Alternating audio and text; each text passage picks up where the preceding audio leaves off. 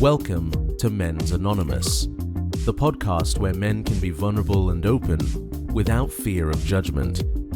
Your host, Daniel Weinberg, leads authentic and unfiltered discussions that explore the challenges and triumphs of modern manhood.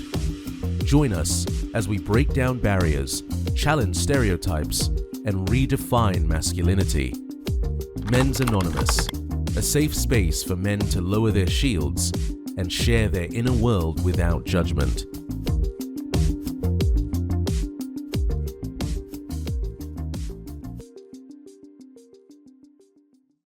Hi, on this week's show, we have Chris Kyle, who walks us through the experience of the Mankind Project and takes us on the journey of what it means to be a warrior in the truest sense. Men's Anonymous. Chris, welcome to the show.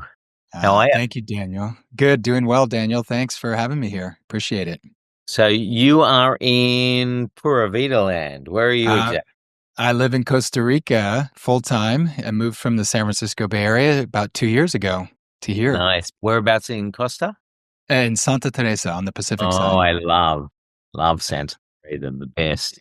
Yeah. So we're going to dig in here. So where did you grow up? I grew up in the San Francisco Bay Area. Yeah, the heart of Silicon Valley. And did you go on the tech route? What was your story? No, not at all. Yeah, I grew up I went to Palo Alto High School, right across the street from Stanford. And I grew up when Silicon Valley was mostly orange groves. And there was a handful of companies there that were in the tech world, and then it exploded.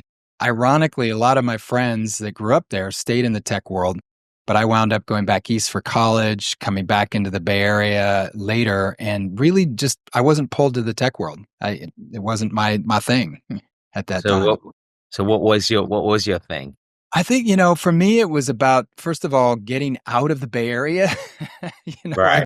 It was hard for me to imagine joining a tech company down the street in Sunnyvale or Mountain View or, literally my stomping grounds for my entire life. So I really wanted to get out of the Bay Area. And so that kind of meant when I was leaving college, the tech world was the Bay Area. It wasn't Austin. There really wasn't Seattle. I mean, Microsoft was in Seattle. So I went to Southern California. I really wanted to work inside a company, a business. I was thinking like healthcare. I was attracted to that. So my very first gig out of college was working at a pharmaceutical company in Southern California. Now a Fortune 100 company and big pharma. And I just thought I was going to do this sort of big business route. And lo and behold, after just a few years, I realized that was not my path at all. Right. Right. So I gave it a shot, about 5 years in the pharmaceutical world. And then I got the entrepreneurial bug. I was saying, I don't want to work for somebody else. I don't want to be in a big corporation. And I completely shifted gears and wound up starting an ecotourism company with my then wife, my first wife. And that's kind of set me on the entrepreneurial path from there. Right. Amazing. So from entrepreneur, how did you, just for the audience's knowledge, how did you become an OG in the one of the OGs in this men's space? Because you've done so much in this space for so long, and I really just we want to go into the journey here. But how did you pivot? It's around 30 years ago or something when you started really engaging or getting yourself involved. So how would you describe that journey? Yeah, I mean, it's, maybe some men listening and women can relate that I was in the mode of focused on what I call the default life. Like I was caught in the default life. Okay, I'm an entrepreneur. I got my business, grow that, make money, have a sense of, I'm building something, all at the cost of really checking in with who I am, what do I want, what's important in my life. I was married at the time, didn't have any kids as I was doing this entrepreneurial journey. And then in my early 30s, so at about around 32, my whole life started to melt down. Literally the relationship, I'd met my then wife in college. And we left college, moved in together, got married. So I was married young, and we were together. College sweetheart, basically. Yep, college sweetheart, married young. thankfully, because we did divorce, we didn't have kids because we were young. We were like, we got time. And so the marriage was falling apart. My business, I'd been already running it for an ecotourism business for 5 years, and I was burnt out. And the travel industry is tough. It's just a tough, brutal business. And so it's taken a lot out of me. And we were living in Tucson at the time. I was already looking at a gig in Northern California and kind of flying back and forth. So I was between two homes. My health was suffering. So literally, Daniel, everything that's in somebody's life but relationship, health, business was all melting down. And so was there a culmination event that happened where you right?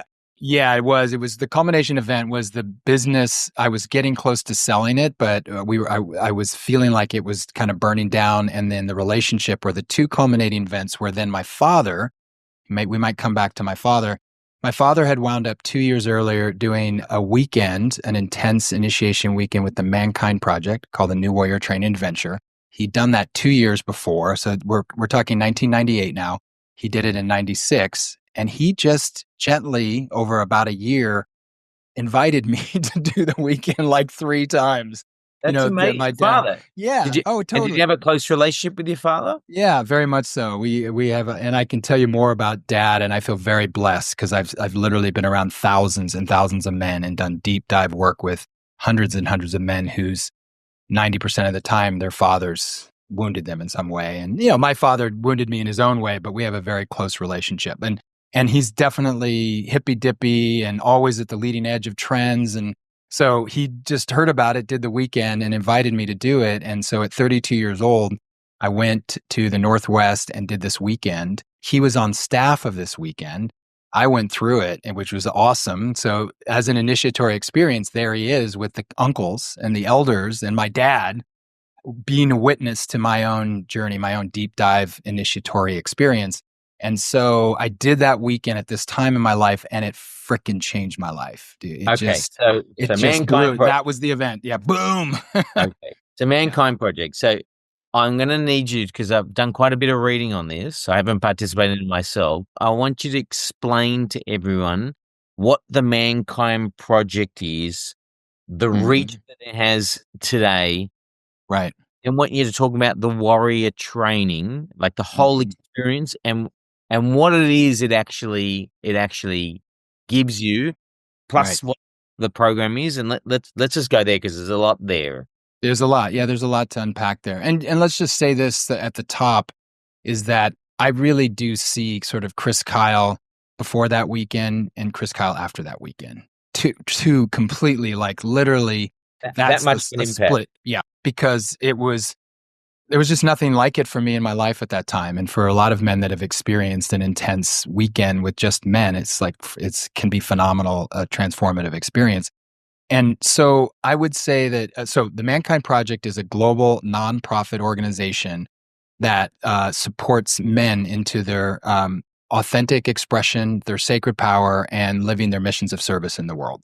And so there are weekends that they do, and the main weekend is the New Warrior Training Adventure. And then there's follow-on weekends and leader trainings and things like that. But they're only ever weekends. They're not like 1 month or 1 week retreats, or they're really weekend focused. The weekend, well, yeah, some are longer, but the first one, the New Warrior Training Adventure, is the flagship training of the Mankind Project. And so let me say this too, the Mankind Project is global. So it's in Canada, the US, Mexico, Australia, New Zealand, the UK, France, Germany, Spain, on and on. So, and it's starting to move into Latin America. I've started a group here in Costa Rica, and I'm connecting with the men from Mexico.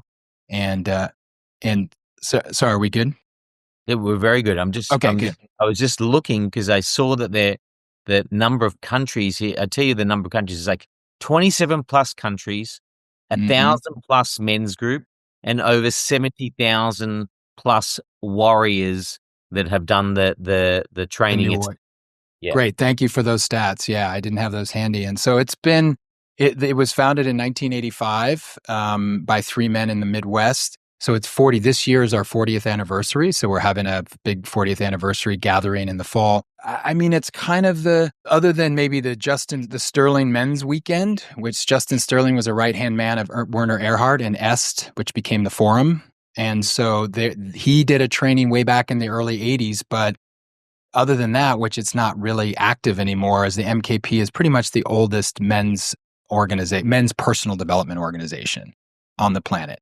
And it's gone through, it's a nonprofit organization. So it's not based on a personality or like a strong, Tony Robbins type. It's an organization. So there's no central figure, and it's gone through its machinations, and it's still here, and it's still vibrant. And it's been really a journey for me of really not only supporting the organization as a leader, as a certified leader and on their boards, but to also see it evolve and change and grow, like really watching as men say, okay, we need to shift this or evolve this or meet our times. So the organization is amazing. And now it's, one of many, many organizations. Some of those organizations you might know, men from MKP founded them. So like men from the Mankind Project founded Sacred Sons. One of the men from MKP founded Everyman.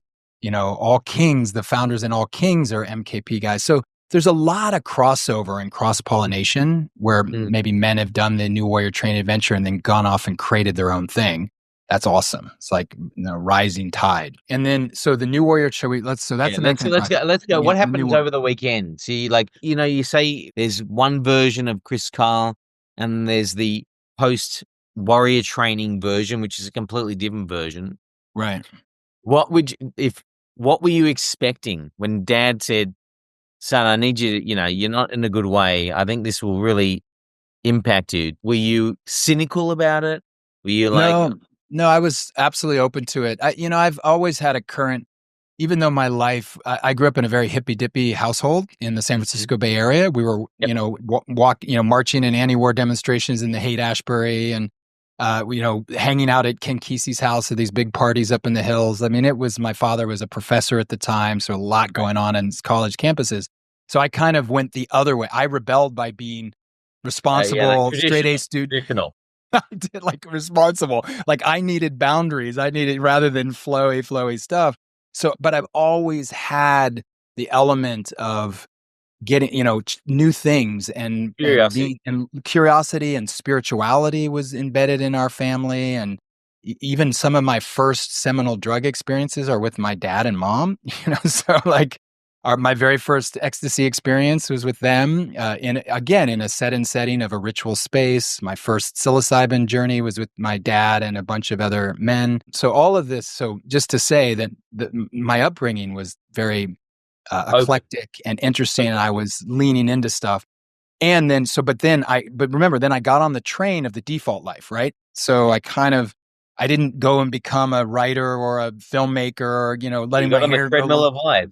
I just started, I'm going to be the responsible business guy. And so remember all of that, in addition to what was happening in my life, I was living in that default life that really wasn't me at the core. I was trying to make it me. And so here we are. My father invites me to it, and there were no expectations. So I was open to it. I was just busy. Oh, Dad, it's just not a good time. And thanks for reminding me. And so then finally on the third invitation, I think just what was squeezing me in my life was strong enough that I really heard the third one. Okay, tell me a little more, and when would be the next one, and would you be on it, and all that. And so we had the more serious conversation, and I said yes. And so, and which she said, can I ask you, do father and sons typically do this as an experience together, or is it more for the individual? No, lots of fathers and sons, and even more commonly, lots of brothers would do it together. So we see fathers and sons, we see brothers doing it, different generations, uncles. It's very common on a weekend that there's relatives going through together at some level, and which is really powerful. And I liked that my father was on staff, so he was holding the container of it while I was going through. But I can imagine, I have a friend of mine in the Bay Area he and his father went through together.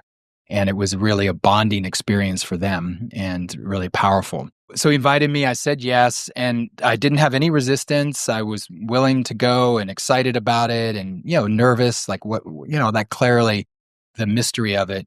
One of the things that we hold with the NWTA is that it's kind of the meta story of it is two things. One is it's following the process of initiation. So it's an initiatory experience. And we can talk about that in a moment. And maybe more directly, some people know this more, is also based on the hero's journey. So Joseph Campbell's work of the hero's journey.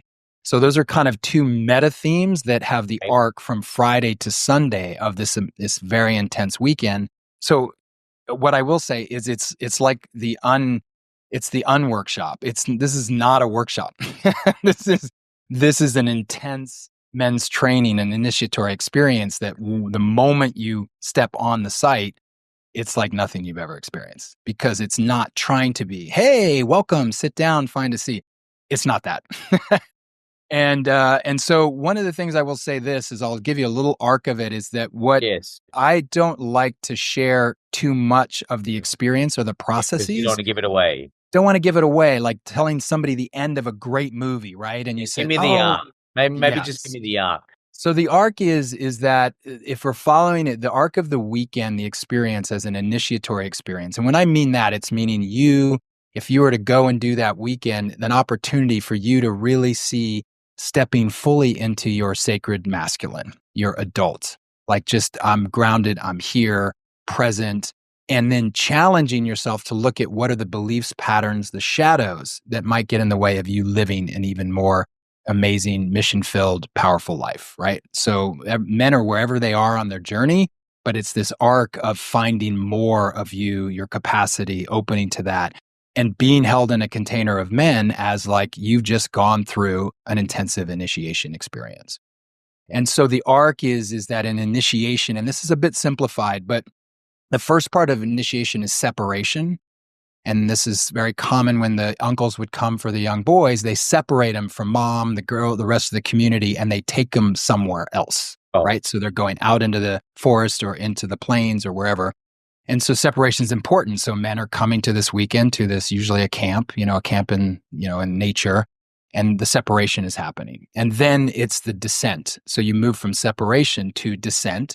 And that just simply means, wow, I'm on this, I don't know where we're going. I'm on this journey down deep into the cave, where the dragons may live, but I'm on some kind of descent. So I'm out of the normal everyday life.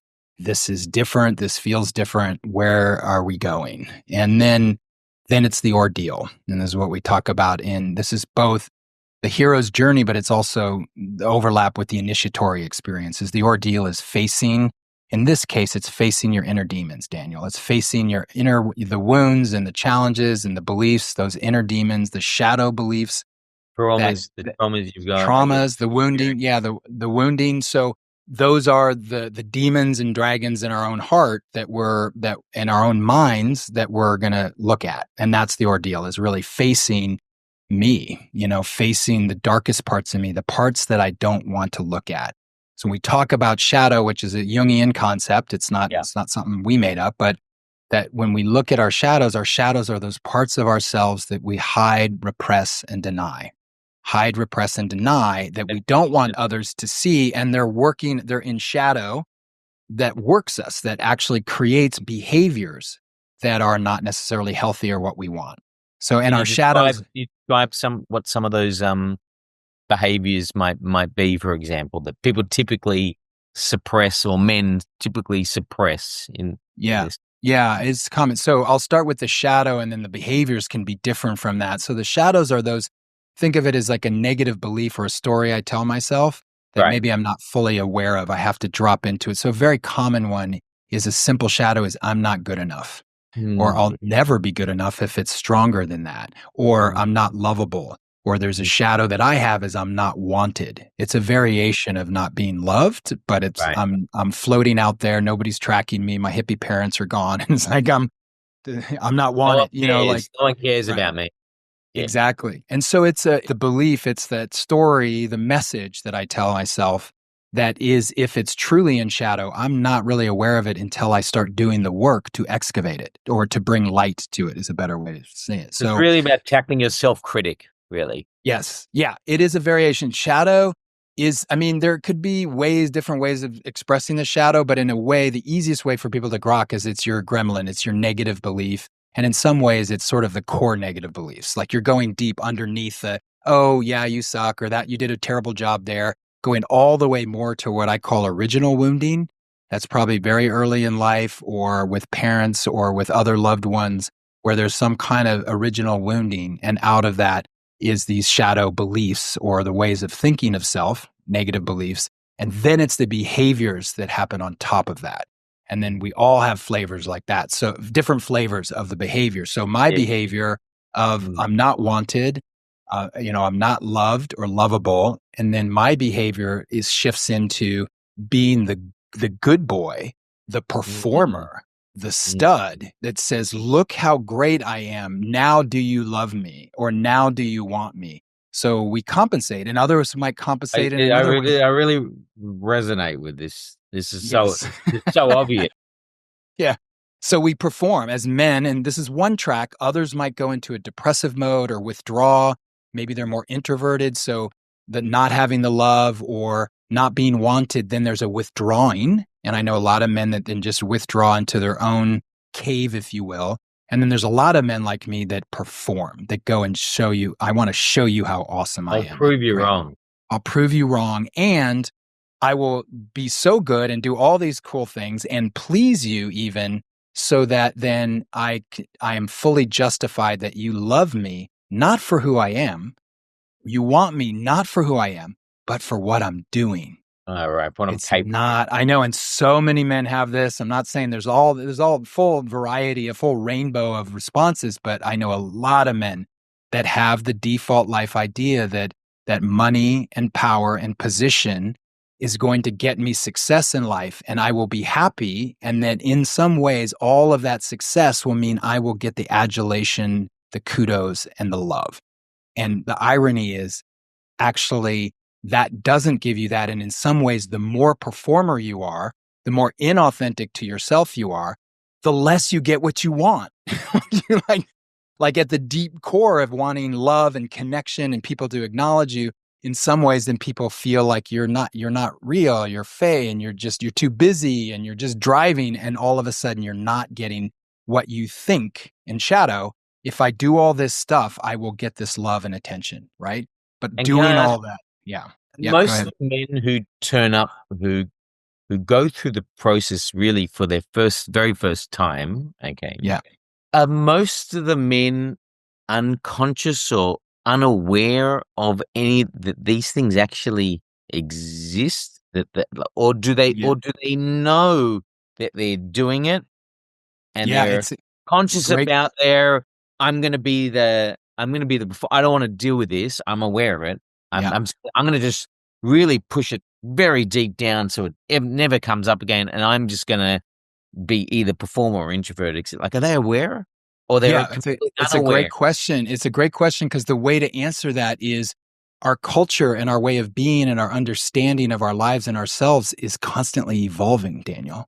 So in 1985 or even in 1998, when I went through, I would say no, categorically. Almost every man on that weekend was like, shit, what's this? And what's this shadow thing? And, I know that I'm struggling or I'm sad or I'm depressed or I'm angry, but I don't know where that's coming from.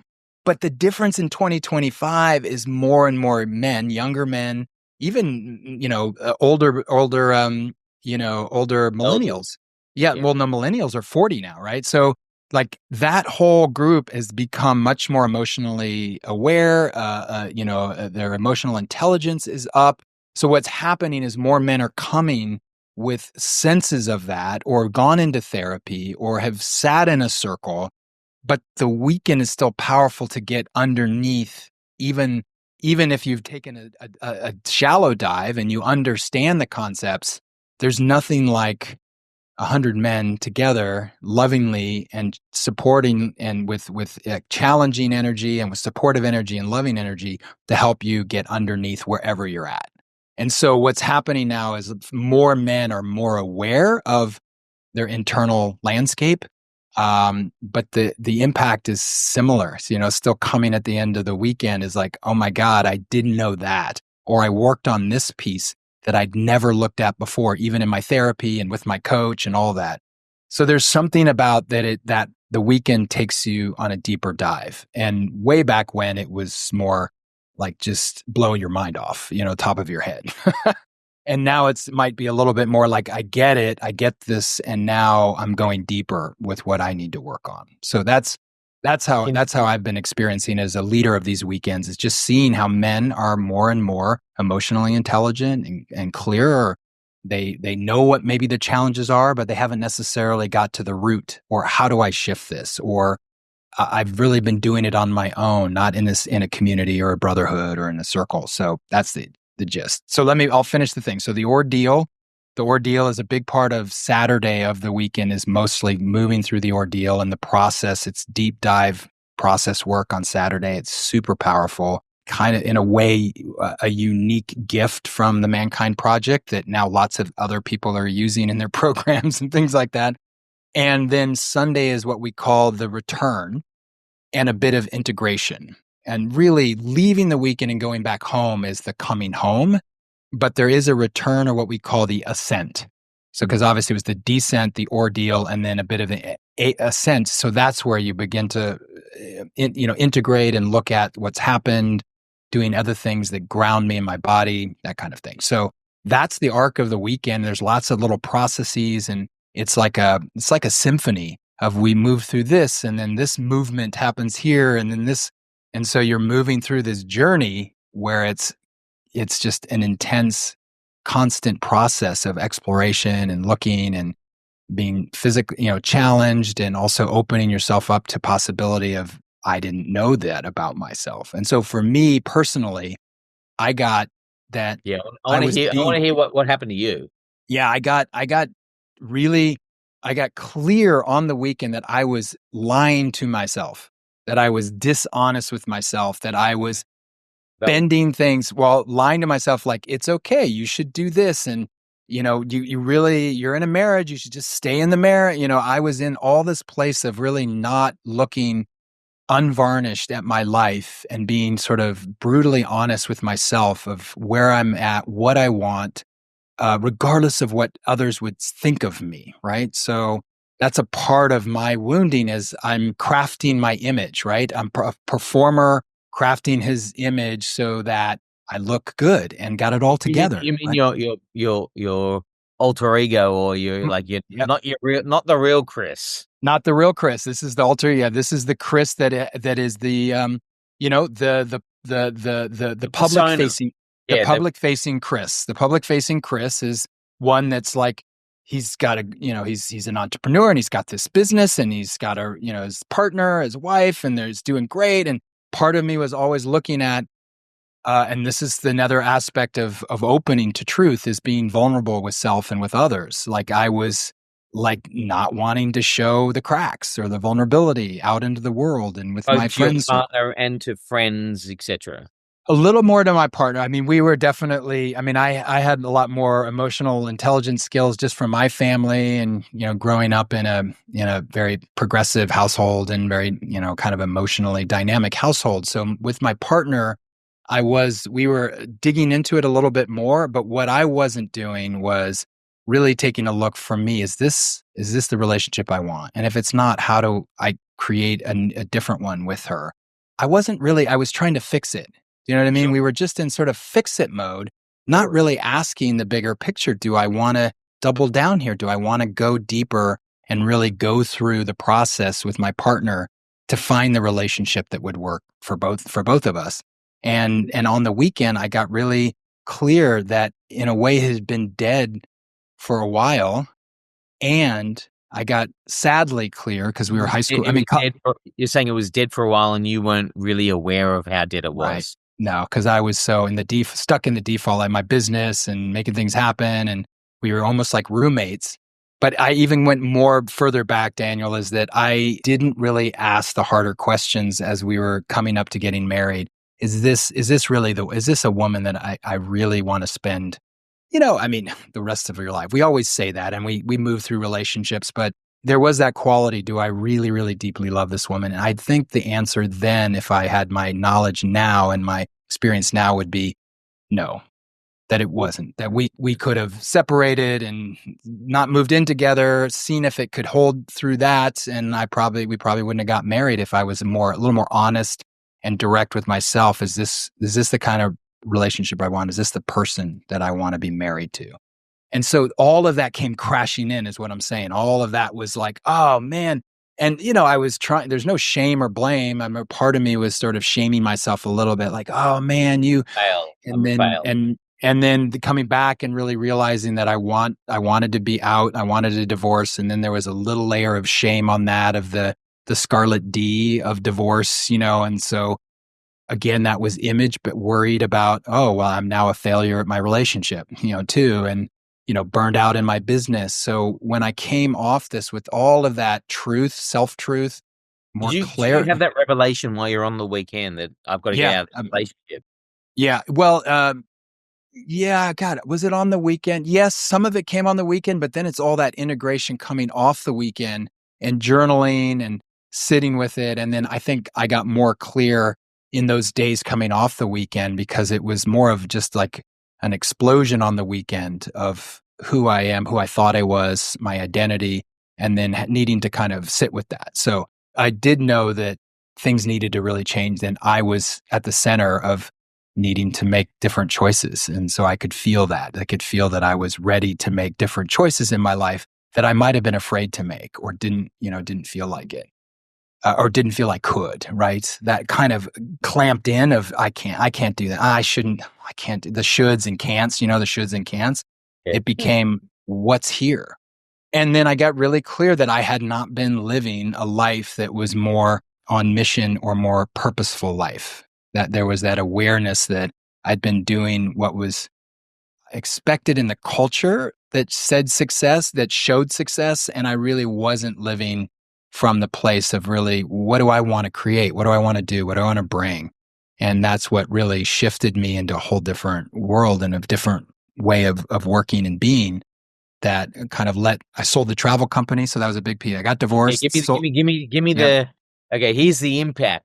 How did you change? Like, what Yeah, was and I want to preface this by, doing the weekend doesn't mean that every man's going to totally radically No, change I their know, life. but what I'm saying So is when you came to let's say when you got to a place of clarity of, I haven't been doing what's really me, and yeah, what really me is X, Y, Z. Tell me, yeah.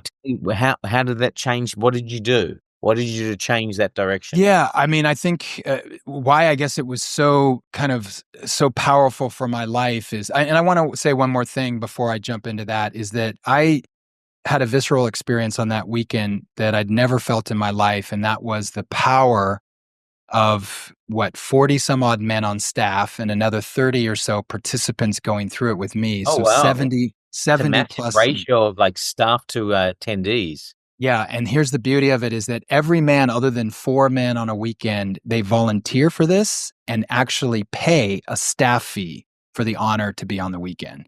And Wow. it's usually more than a 1-to-1 ratio, because the staff has all little pieces and on this process, and these 5 guys are on this process, and it's beautiful. It's a symphony. It's a symphony or a dance. And so I had never, and this is what a lot of men tell me, is never felt the power of a group of powerful, loving men guiding us as participants through a journey of initiatory experience journey and holding everything, Daniel, that can be brought. Everything. Look, I have worked with therapists for many years. I've talked a lot. This is a place where you can bring everything. Wow. I mean, your greatest rage, if you've never let that out, it's a place to bring it. Your deepest sadness, bring it.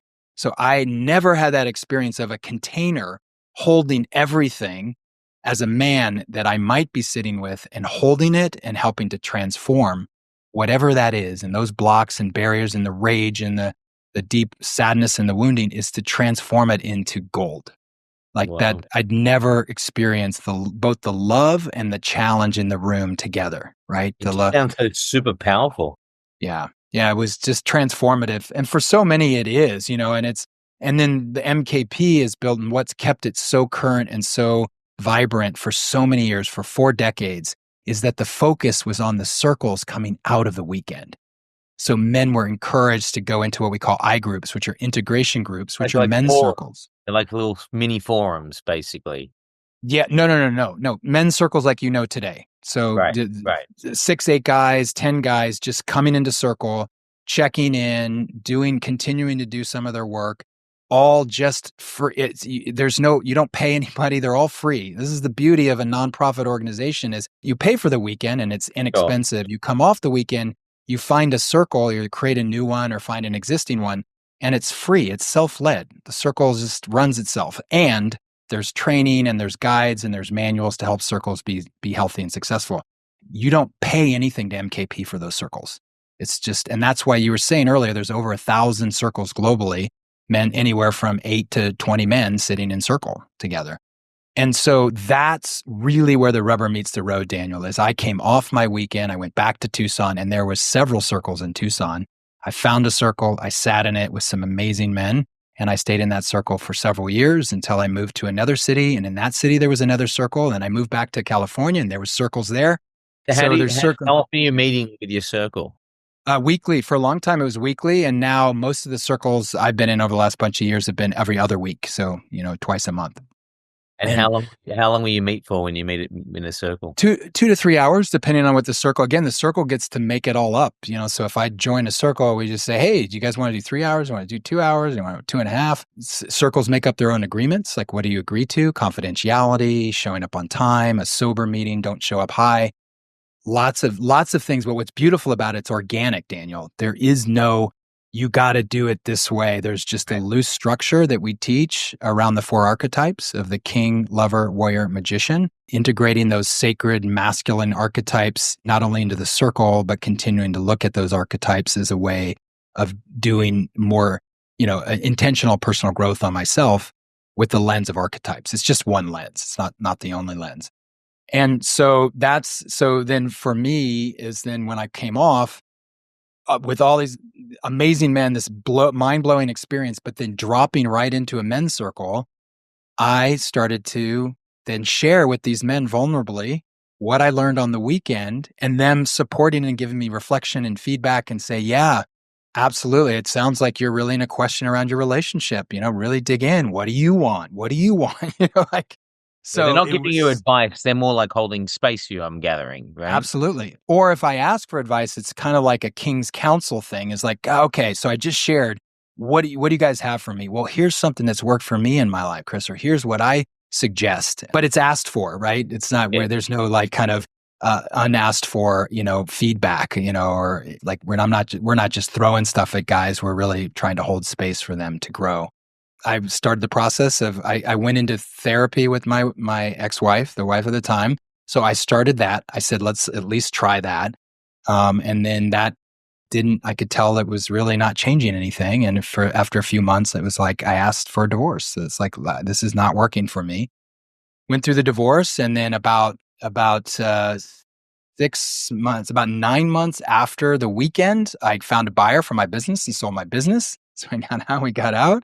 And then I kind of hatched a plan. I stayed in Tucson a little longer, and then I hatched a plan to help a friend of mine with his business in Ithaca, New York. And I moved out of Tucson. I let go of the stuff that I was doing in California. I just knew that was me still trying to hang on to the default life, find a business and another thing. And I really needed to find more of me. And that's a lot of what I was able to do in upstate New York. And then began to move out of the travel industry completely because I knew that wasn't where I was going to give my gift. And I really wanted to directly be part of transforming people's lives. And the natural step for me was coaching, executive coaching, working with businesses and startups because I had all that experience behind me. But it was transformational coaching too, right? So I was able to then create a business where I was working directly with cool people, founders and executives and business owners, and to helping them, grow and succeed with their business. And that shifted me, and that became a big part of my world over many, many years. And then so that from that meltdown to, kind of into the ashes was the phoenix rising from the ashes. And what rose was more authenticity, more clarity, more sense of being connected to what I'm feeling, what I want, really watching the pleaser part of me, being able to kind of watch the performer that needs to come online and yet not throwing that out, right? Because there's a lot of capacity that I built. So it's not throwing the capacity out. It's just directing that in a more focused way. being really aware of it. That I'm doing this now because for business purposes, but this is not actually me. This is me, the performer.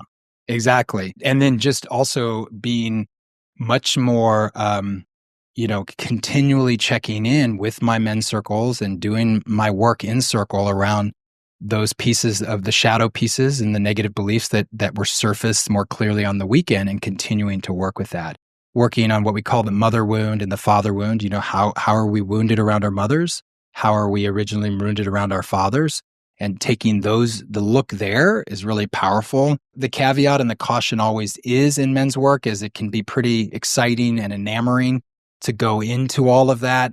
And then the challenge is not to stay in what we call wound worship, where we just keep going, trying to go deeper under the wound. I'm, worshiping the wound, like, oh, and there's another piece. And then mom, back when I was 12, did this, and then this thing. And so there's a good excavation. And this is what I encourage men these days, is to say, you've got to look at the wound. You got to know where it comes from, but be careful not to just keep digging down.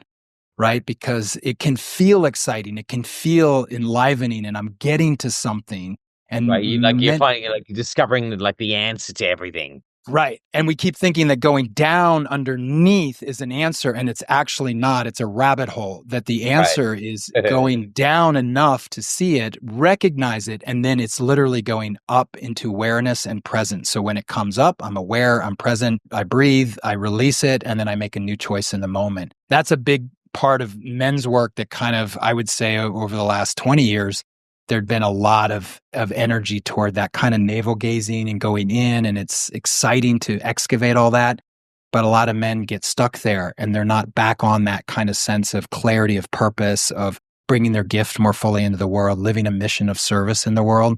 So a lot of MKP over these last bunch of years has really been about helping men truly step into their mission of service in the world. So when you're doing that, then the stuff that comes up, you just got to work with it. Rather than staying and spending all the time just wallowing in the wound, that doesn't serve, right?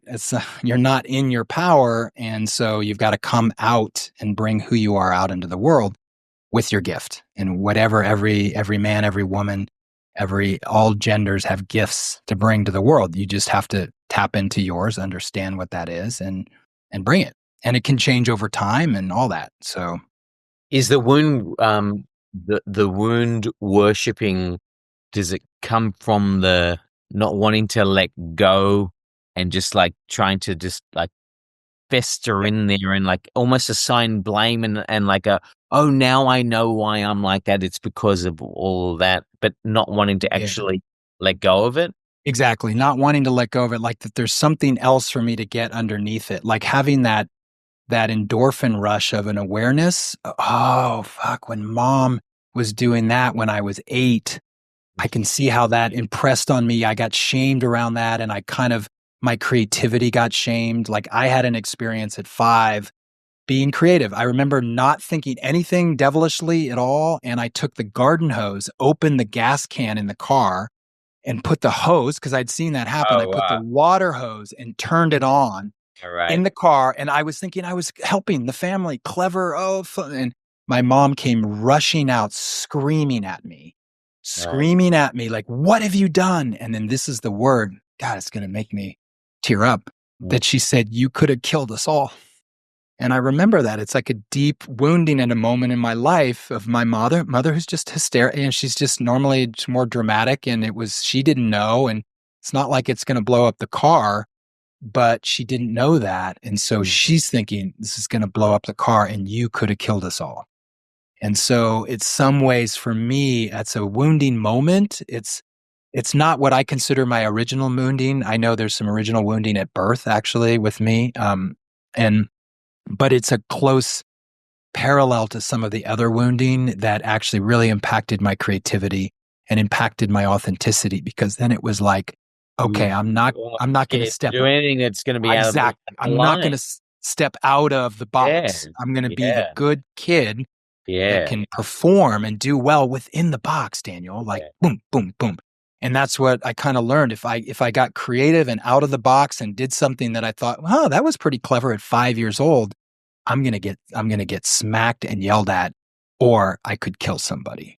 Wow. So that was, for me, that was like a moment. And I've worked with that. But here's the thing is, if I'm wound worshiping, I could try to go under that. What was mom thinking then? And that year before, was she doing? And then where was dad in this? Let's take a look at dad.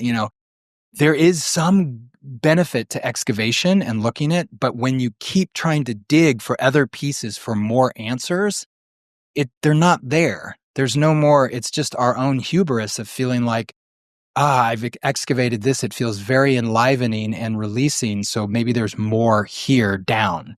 And I'm saying there's enough, and you get the wounding enough, then you work with it as you come back up and bring, how does that impact your life? What are the thoughts and patterns that you have based on that? And how can you begin to shift those? And that's where out of the mother and father wounds is part of the process, just out of curiosity, is part of the process actually going back to mum and dad and talking to them about those things? Yeah. I mean, there's a lot on the Warrior Weekend. We use a lot of tools, many of them from the psychological realm, but also others just a little bit more, kind of more flowy and more spiritual in nature. And absolutely, you can go back and let yourself fall back into time and find those moments. See, a lot of men have not allowed themselves to just simply close their eyes, find a moment back in time that really was hurtful for you, or there was abuse or verbal abuse, or even sexual or physical abuse. Like, that's something, again, I'm telling you, everything is welcome on the New Warrior Training Adventure. And most men's weekends that do deep dive stuff, it's like we're holding a container for, if the abuse was there, we know how to handle that as a team and do it with trauma-informed approach to that, all that. So you're going back to look at these places. For some men, it's dramatic, Daniel. It's like they've been physically abused and sexually abused. And that's a thing that they carry. And if they haven't really excavated it, it can be, like, a release of energy and unburdening.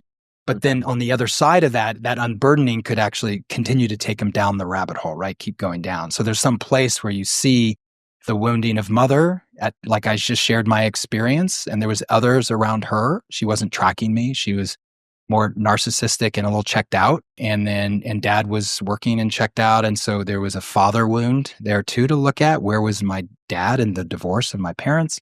And just seeing these moments in my life that I can then trace behavior and ways of being to, that I can now start to unhook from them and pull the roots out. And then once the full root's out, I don't necessarily need to go back and re-excavate. I just know if it arises, there's that shadow. I'm not feeling good enough right in this moment, or I'm doing this all on my own. There's that part of me that is on my own, that's not wanted, and having to do it all on my own. How do I now ask for help? Reach out, right? So it's still got to change the behavior. Otherwise, it's just mind thinking, and it's like it's all just masturbation. Exactly. Right. And so it's, where is it leading me to create a different path in my life, or to bring more of who I am, or be more authentic, bring more of my gifts? That's the real work, right? That's how do we serve out there, and not how do we continue to just do this, because that can be a trap and a never ending hole of work. And, Daniel, things new, as I move through life, and as my friends have babies, and as they went through divorces, well, guess what? Some kind of new material comes up to look at, because it's a different stage of life. And that's the beauty of a men's circle, is you go back into your circle and work with it, with the men that you trust and know, and share it, talk about it, process it, to help then bring it out in the light. So it's been quite a long journey from that moment. Yeah. And you've been doing this for around 30+ years now, and it's all culminated into what's happening this year with the Big Tent Summit, correct? Right. Yes. Why don't you talk us through that? What did you do to pull this whole thing together now to create what's called the Big Tent Summit, which is really like bringing the who's who of the, of the men's world, men's space, men's workspace. Yeah. All together in one spot under one big tent. Yeah. And I mean, and so over these 27 years, I've always had a track. I've always had my entrepreneurial track for all these years. So I've always had a business and done different things. And then always with it, it has been like somebody that's always serving a nonprofit or started something on the side is I was always doing men's work on the side. So I was on leadership track. I'm now a certified leader in MKP. I served on the board, the national board, a local board, on our leader body in Northern California, et cetera. But it was always kind of had its own little track because I was spending a lot of time also with my businesses, so I was also succeeding in business and using everything I learned to be a better leader and to build my businesses and be, high integrity man out in the business world. So what's shifted for me last year, Daniel, is that now as I look, I'm going to be 60 next year. And as I look at the next 15 or 20 years of my life. Fucking amazing at 60. Thank you. Hey, it's all the men's work I've been doing. So can we pitch that to the guys here? Yeah. So I've now really made the commitment to shift to align up what's clearly been my purpose path, even the sense of destiny. My destiny is to help men heal, grow, and evolve, like to help men wake up and just live the lives that they want and giving their gifts and being in mission of service in the world. And then I've now wanting to put that front and center that it's actually also my work and can be my money making side of things, my purpose and my destiny all lined up. So what came out of that? What was the first thing that had been bubbling in me after 27 years of doing men's work and leading circles and even doing my own stuff? We won't get into now, but I created my own men's retreats and doing things outside of MKP, which has been awesome. And so I decided, and I've been thinking about this a long time, is to really gather, like have a global gathering of leaders in the men's workspace to kind of create essentially our industry conference. Like nobody has done that yet. I mean, there was one attempt. Why do you think that? It's like I think it's super fragmented. Is right. Like so many things going on, and a lot of the men and a lot of these groups are not aware of the other groups. So like exactly they're versions of each other. It's just that. It's why the timing is so ripe now. Is it for a long time, it'd been just a couple organizations, it was the Mankind Project and I don't know, just some men's coaches and a lot of therapists, Daniel, that focused on men's work. Like therapists had men's circles. Right. So as I was watching all of this, there was the men that came out of Sterling. So the East Bay Nation of Men, MDI Men's Division International, if you've heard of those. They were cruising because they were coming out of the Justin Sterling work, the Sterling Men's Weekend. And then MKP popped up and grew very, very quickly.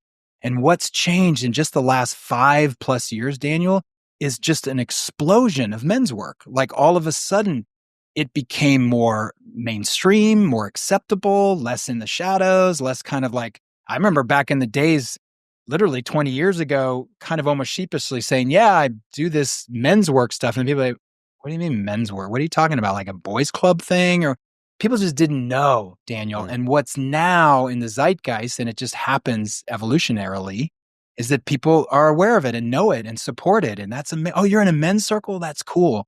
So what's happened now is there's a visibility that people then are out there now building businesses, actually very successful big businesses and, as with trainings and circles and all that. So now it is a defined arena of business and work, right? And it's more mainstream than it's ever been. It's, all these men's health articles in New York Times. I mean, you've probably over the years seen these articles, and that's really in the last 10 years, maybe, back in the late 90s and early 2000s, there wasn't a lot out there. There wasn't a lot being written about men's work and all that. So now there are so many more. There's a bit of there's also what I perceive to be almost like a crisis for men, as let's say the role that men have played in society, moving from a very, very patriarchal, dominated society to a more like, say, equal balance. It obviously means there's been a reweighting. So men have become less relevant. So when the men have become less relevant, they're a bit like, oh my God, like now what? Yeah. And so there's a lot of loneliness with men. There's like feeling a little bit more ostracized, maybe, where they got carried by the weight of being, oh, I'm a man, so I obviously have more influence, etc. So like, there's also been that the negative of effects for them, which has created, I think, a desire for men to now relook, Mm-hmm. look inside, Yeah. reassess, reset. Like what does it mean to be a man today? So I think there's just this huge demand from Mm-hmm. men now wanting to know more about what does it mean to be a man? Yeah. Yeah. This whole conversation of men and masculinity, both of them, because there's a quality of what does it mean to be a man living in today's world, today's society. But Right. what is masculinity? Because in some ways that unhooks from the gender role into where if these roles are changing in society and if it's becoming there's more equitable, more equal sharing of power, different roles. I could be a stay-at-home dad while my wife's making hundreds of thousands of dollars. Those roles have changed. They've really only changed in the last 30 years, right? The last 30 to 40 years. And so it has meant that more and more men are trying to figure out their place. Like, where do I fit in the culture? And what is masculinity? What does it mean to be a healthy man? And you're absolutely right. And then the rise of tech and the rise of social media and all that has actually created these bubbles where men are more isolated, they're more separated. They don't have healthy relationships with men or others, even their families or their partners. So there is both the rise of the crisis and the curiosity. I talk about the two C's, that there is more pain and struggle potentially for men in our culture today. And there's also more curiosity, right? It's a building of curiosity. So that's a perfect storm. It's time to gather all these disparate elements, these leaders of organizations like Everyman and Mankind Project and Sacred Sons and All Kings and ARCA. There's a lot out there, large and small. And then all the coaches and therapists, podcasters like you, Daniel, you got to add those in the mix, researchers, authors. There's so much happening in the men's workspace. And in the psychology world, they talk a lot about men and masculinity. So there's a ton of research happening. Like women's studies were big, for 20, 30 years. And now this idea of men and masculinity and understanding that is also a big arena. So my vision is to bring the big tent, literally as the big tent, is to bring everybody together that's doing work with boys or men. And I want to add boys in here too. So there's a lot of boys stuff, mentoring programs and boys to men and things like that. So when I say men, it's boys and men. And there's so much happening right now. It's critical that we gather and that we talk and share with each other. We share what's going on, what we each see, finding ways to support each other, to collaborate, strategic partnerships, networking with each other, leaving competition at the door, because that's certainly a stronger energy from men usually than women. Talking about collaboration here. Collaboration, but learning too, like allowing great speakers at the Big Ten Summit to share what they're up to and the big questions of what do we do now in 2025 and beyond in supporting men in their journeys of growth, or how do we market to men? Some of these simple questions, how do we do that in an authentic way? Lots of awesome conversations to have at this 3-day event. And it's a live event. I'm super excited. When is it? It's going to be, it's a Big Ten Summit's May 29th to June 1st. It's going to be in Colorado, in Loveland, Colorado, at a beautiful meeting space. And it's shoulder to shoulder, face to face. Like, look, I've been in the e-learning space and helping people create courses and summits and all that. The last thing I wanted to do, Daniel, is to do this as a virtual summit. I was passionate about let's get us in the room. And then maybe next year we'll stream it. We'll stream it next year. But right now we want people to come, and it's open to men and women, Daniel. So women that are doing great work with men. There's a lot of amazing women out there coaching men in relationship, even sacred sexuality or in family and all that. So there's amazing women doing incredible stuff. And so this is why it's the big tent. It's like, let's come together and talk about how we can evolve our work and support each other. Like you said, the rising tide, lifts all boats. And I believe that in this space, because you named it. There's so many little things and disparate elements, and people, it would be so cool to come together and learn and share and to grow our own businesses all at the same time. Amazing. Yeah. So you can go to the bigtentsummit.com. It's simple. Big Tent. Summit. Tent. Yeah. TENT. Bigtentsummit.com. And I will just say this too, Daniel, that we want people there. It's a curated group. So if you're interested, you need to be doing men's work, even if it's just a year or two. It doesn't mean you've got to be doing it for 30 years. But that's the caveat. If you choose to sign up or reach out to us, that's what we invite you is to join that if you're doing work with men and boys. Amazing. Before we drop off, I like to ask my guests a short list of questions. We're going to get off. So the first one is, who would you like to say sorry to given the chance? I think I'm just going to borrow a page from what I shared. I think so. My birth mother, has passed away a number of years ago, and I think I would say sorry.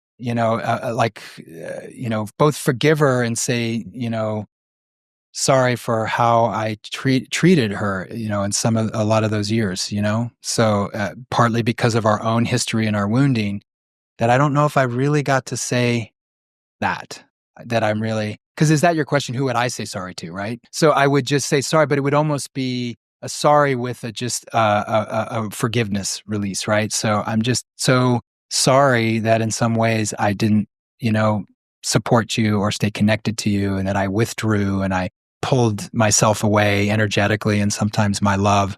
And I'm sorry for that, really sorry for that. So there you go. What are you proud of being or doing in your life? I am proud of being two things that I'm most proud of is how I'm in partnership with my partner, Charmaine. I'm so proud of the 15 years that we've been together and how we navigate life together and have a very conscious relationship. So super proud of the time and energy I put into that. And number two is I am proud that I've been doing men's work for 27 years and proud of what I brought, what I've learned and the gifts that I brought there. So proud of that. Amazing. When did you receive kindness while needing it most and expecting it least? I think, I would say it's in that transformative space when I came off the weekend and I got into my men's group, and the men's group was new to me. And there was one guy in the group named John Maddox, and I didn't know what to expect in the men's circle. And he just reached out. You know what I mean? He was like in the circle and after the circle, how are you doing? And I know things are super challenging right now and you want to talk. And there was just so much care and kindness from another man that up to that point, I'd had a lot of bros and just hanging out and do the game and all that. And this was loving support that was about my life and wanting to serve and support me. And so that was unexpected kind, and it was right when I needed it, Daniel. I just needed that kind of nurturing and care from men actually at that time. Yeah. That's beautiful. Yeah. What did your mother or father teach you that you frequently remind yourself of? They both sound like they had a very big impact on you. They did, and it's like me trying to filter out what's the sort of one that's bubbling up right now. I think both of them, in their own ways, really taught me to be open and curious, Daniel, to lean into what's out there, what's possible, and just this idea of that in a way anything is possible, and to not be narrowly focused on this is the way you should be or life should be, right? That they were very much like open and see what's out there, be curious and open. I think I learned that from both of them in their own ways, in their different ways. Yeah. And the final question is, what's your superpower, Chris Kyle? It's great. It's great. I want to see if there's something fresh here for me. My superpower is in creating and holding transformational space, meaning creating a space where people come into that space and things happen and transformation happens. And I'm magic in that space, in both thinking through the creation of it and the facilitation in it and what happens coming out of it. That's my superpower. I think I want to join one of your spaces.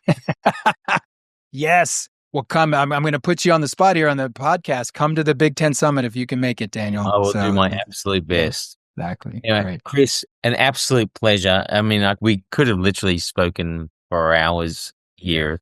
There's so much we can keep talking about, but just want to say very grateful for all the work that you're doing. I can see that, just the few conversations that we've had, there is having so much impact and really just such important work given what a lot of men are experiencing and going through.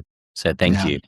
Thank you, Daniel. It's been great being in conversation with you. Thanks for your great questions. I appreciate it and appreciate you. That's it for this episode of Men's Anonymous. Thank you for listening. For more information on the Men's Anonymous podcast, including resources discussed in the show, visit mensanonymous.com. Join us next time as host Daniel Weinberg provides a non-judgmental space for men to voice their innermost feelings and thoughts.